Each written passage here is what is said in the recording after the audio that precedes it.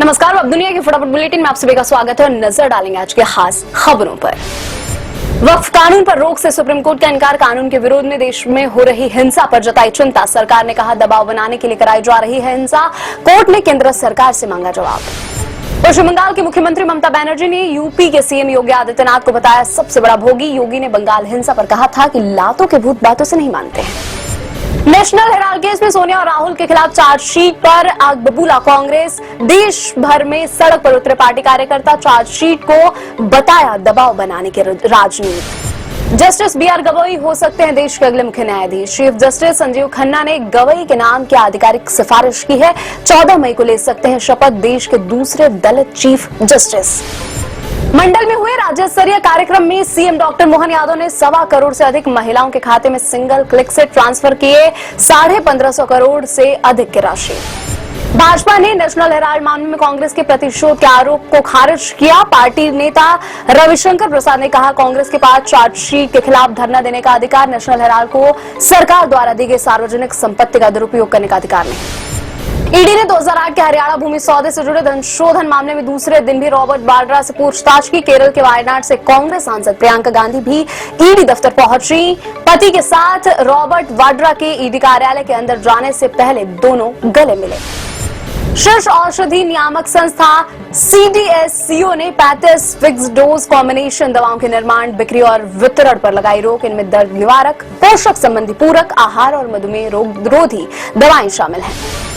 Supreme court ने बुधवार को हैदराबाद विश्वविद्यालय के निकट की भूमि पर बड़ी संख्या में पेड़ों की कटाई के कारण हो रहे पर्यावरणीय नुकसान पर चिंता जताई। पेड़ों की कटाई में जल्दबाजी को लेकर तेलंगाना सरकार से किया सवाल। अब अमेरिका ने चीन पर 245% का जवाबी शुल्क लगाया। व्हाइट हाउस ने कहा कि चीन को अपनी जवाबी कार्रवाई के कारण अब अमेरिका में आयात पर 245% तक शुल्क का सामना करना पड़ेगा। चीन ने बड़े बोइंग सौदे के तहत विमानों को स्वीकार करने से इनकार किया। यस बैंक ने कर निर्धारण वर्ष 2016-17 के लिए 244.20 करोड़ रुपए का मांग नोटिस मिलने की बुधवार को जानकारी दी। बैंक ने शेयर बाजार में दी सूचना में बताया पूर्व पुनर्मूल्यांकन आदेश के पुनर्मूल्यांकन आय तथा उस पर कर की गणना के लिए निर्धारित आय के बजाय आयकर रिटर्न में बताई गई आय पर विचार किया गया। कांग्रेस नेता राहुल गांधी ने कहा गुजरात में पार्टी कार्यकर्ता भले ही हतोत्साहित दिख रहे हैं, लेकिन केवल उनकी ही पार्टी आरएसएस और भाजपा को हरा सकती है। गुजरात में 2027 के अंत में विधानसभा चुनाव होने वाले हैं। पाकिस्तान के पंजाब प्रांत में वायुसेना का एक विमान दुर्घटनाग्रस्त हो गया। विमान ने बिहारी शहर के पास थिंगी हवाई अड्डे से नियमित प्रशिक्षण उड़ान भरी थी। कुछ ही देर बाद यह एक तेल डिपो के पास दुर्घटनाग्रस्त हो गया। दिल्ली की द्वारका अदालत को बम से उड़ाने की धमकी, परिसर खाली कराया गया। ईमेल में अदालत परिसर में बम रखे होने की सूचना भी है। जांच में कुछ संदिग्ध नहीं मिला। शेयर बाजार में बुधवार को लगातार तीसरे कारोबारी सत्र में तेजी जारी रही। बीएसई सेंसेक्स 309.40 अंक चढ़कर फिर से 77,000 अंक के स्तर को पार कर गया। एनएसई निफ्टी में भी 108.65 अंक की बढ़त रही। खुदरा महंगाई के करीब 6 साल के निचले स्तर पर आने से नीतिगत दर में और कटौती की उम्मीद के बजाय धारणा मजबूत हुई।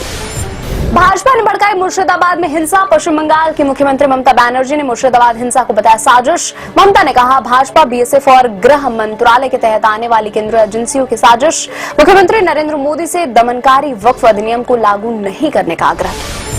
दिग्विजय सिंह ने नेहरू गांधी परिवार के बचाव में आए। कांग्रेस के वरिष्ठ नेता एवं मध्य प्रदेश के पूर्व मुख्यमंत्री दिग्विजय सिंह ने केंद्र की भाजपा सरकार पर ईडी समेत विभिन्न एजेंसियों के दुरुपयोग का आरोप लगाया। कहा इनका उपयोग राजनीतिक हथियार के रूप में किया जा रहा है।